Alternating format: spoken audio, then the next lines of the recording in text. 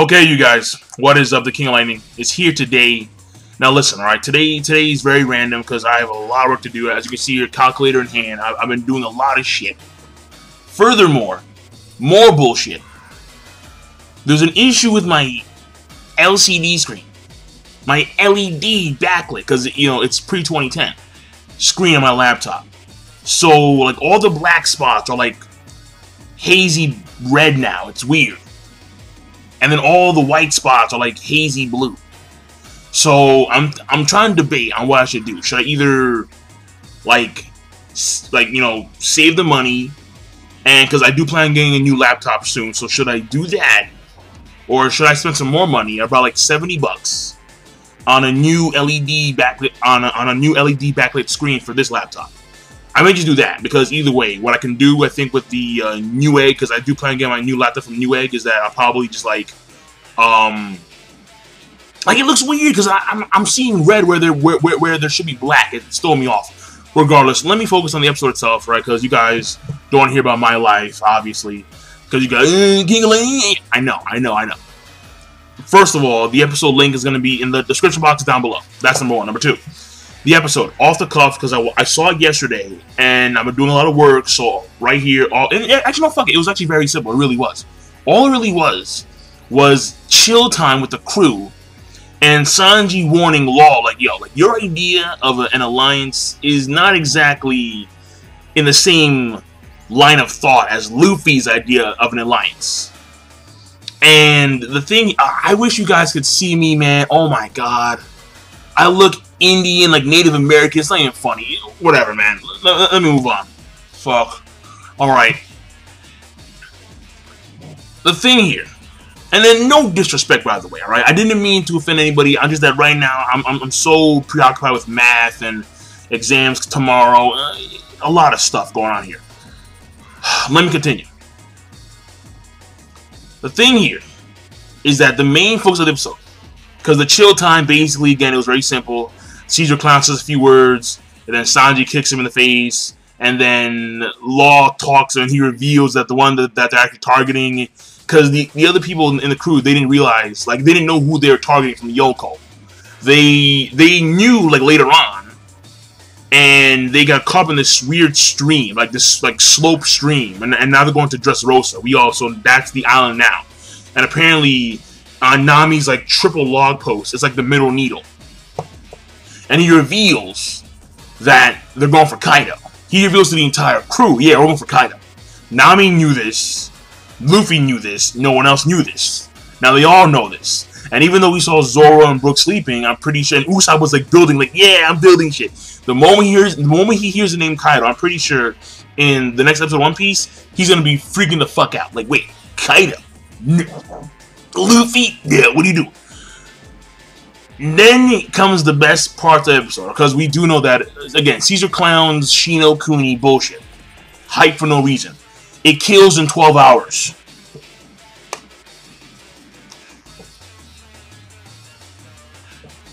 I mean, when you give it a name like Shino Kuni, you would expect instant death. No, death in 12 hours. 1-2 hours, and you'll die. That's shitty.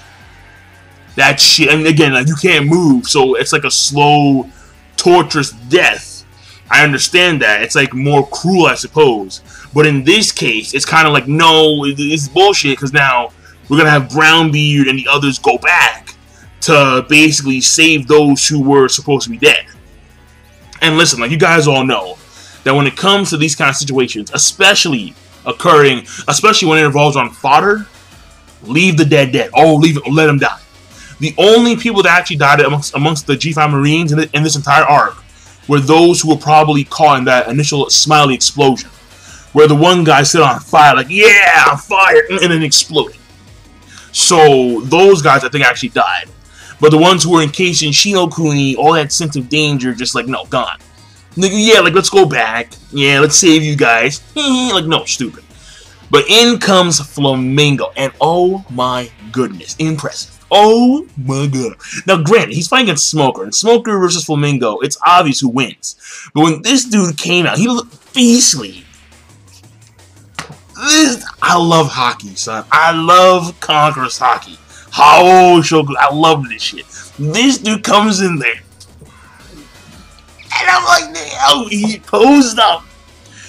Dudes on their faces, dirt naps all day long. And I'm sitting like, yo, Flamingo.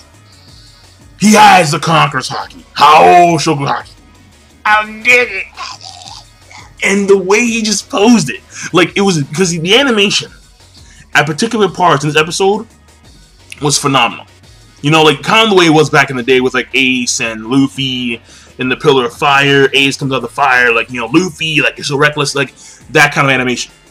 Where, like, before he does the Conqueror's Haki, like, you see, like, the veins in his forehead, like, contract. And, like, you hear, like, the crunching of his veins. You're like, dude, like, what the fuck? You're pissed, obviously. And then he Hakis up. Now, the Haki up itself wasn't that well animated. But it was still cool as shit, because the way he was posed up. He was, like, one leg was bent, the other leg was straight. He's, like... And, like he's Jesus, man. And it was just cool. It was really fucking cool. I'm like, yo, Flamingo. Then when it came to the actual fight between Smoker and Flamingo, they extended it from the anime, from the manga, but it was still, like, really good. In fact, no, it was better. Because we have Smoker, and he's trying to duke it out with Flamingo. And they're flying around, and the way Flamingo's moving about, like he's some kind of fairy, and I don't mean like he's homosexual, I mean like he was just very swift. He was, and like the whole sound that they had, like when he was bobbing around, like the whole, and he was just like moving, like, yeah. Oh my bro, that was cool. Yo, man, that shit was cool. That shit was cool. I would actually download an episode for that fight scene specifically, because it was just cool the way Flamingo just goes about his, the way he just moves. It's just very cool. It's because obviously he's using his strings to do stuff, to grab onto stuff and like float around. But it's just that, like, it's just awesome, like how he does that, like how he's just able to, like, you know, like just like twitching, and like he's just flying around, like, yeah, you can't touch me, yeah. And he's doing the cuts as he's flying around, like, yeah. And Smoker's like, no, Haki, and he's trying his best, but no, he didn't even touch Flamingo. And then came the part where the G5 Marines are like, no, Smoke, yeah, we're coming, yeah. And he's like, fucking, like, no, Mate. Comes in the front, cuts them, and then Haki. So he gets cut, and his face is torn, his, you know, body's torn. So that was cool. And then at the end of the episode, this scene was actually very well animated. Very well animated. So, like, it makes me mad, because I'm sitting here, I'm like, why can't it always be animated like this? Why can't it always be animated like this? This is phenomenal. Where we just have Flamingo, he's on top of Smoker, like, yeah, I'm gonna kill all of you. And then in comes, like, and then you hear, like, and then all of a sudden you stop, like, fuck, it's Aokiji. And Aokiji's looking real cool, very well animated. Flamingo, that slow turn behind him. Like, you don't see his mouth, the pink feather coat on his back, like, looking real beastly. It was a beautifully animated scene when Aokiji came in there. So the episode, it had very good animation at certain points. And at other points, it was very dynamic. But overall, it was like, yeah, overall, it was actually good animation.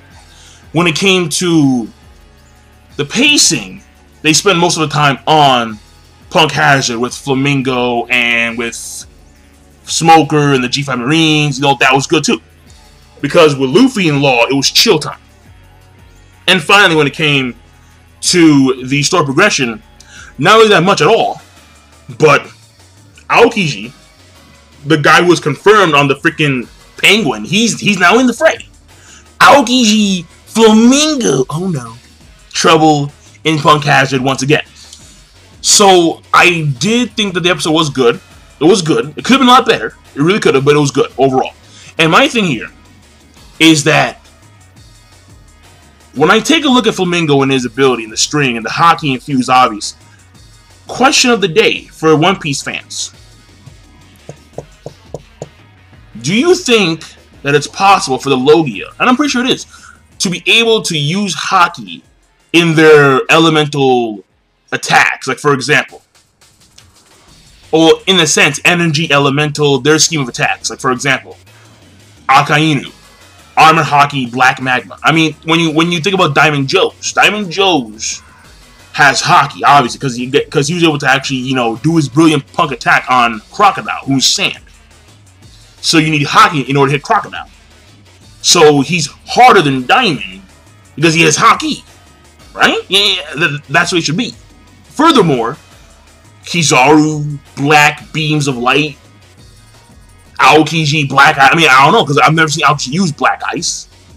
And you would think that these guys are very Haki proficient because they're admirals. So, I mean, I don't know, like, are there limitations when you're Logia, when you can't? Because I've never seen, oh no, because Smoker is a Logia, and he can use the whole Black Fist thing. But I've never seen his actual smoke turn into black, you know? So maybe there are certain, like, limitations. But the thing here is that it'd be very fascinating to see if they could actually, like, mod up a lot of their attacks via Haki. And I have stated before that when it comes to, you know, Busou Shoku Haki especially, it's probably Spirit, which is where guys like Zoro and Sanji get their powers from. The fire and the illusions and the manifestation of illusions. So, because I want to see Oda expand on that. Because Oda, he already has a huge plethora of skills. I mean, everything from, you know, the Rokishi styles to the Seimin Kiken to the, you know, Okamas and all that shit going on.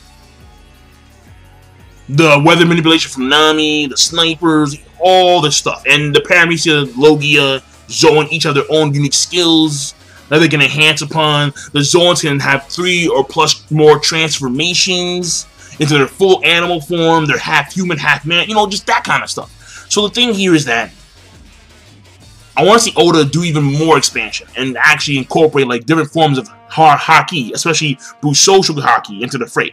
Considering the fact that you can train your Hao Shoku, your Busou Shoku, and your Kenbon Shoku Haki, but the only one that you can't get to train, you can train your Hao Shoku Haki once you get it, but you can't train to get it. There we go. So maybe Luffy can start, because it is dominance, pretty much. Maybe Luffy can start doing stuff with that, like, you know, like, specifically targeting, like, objects to, like, break down and stuff, you know, just expand. And even though we're only at the halfway mark of One Piece, which is insane, I want to see stuff in the future of that. So I'm done. I'm done. Main question again, Busou Shoku Haki, Logia, Black Light, Black Magma, is it possible? Let me know. And I will see you guys later. LED fucking screen, I need this because seriously, these red strobe lights are pissing me off to high hell, man. They really are. I'm done. King Lightning, rate, comment, subscribe as always. Peace. Have a nice day.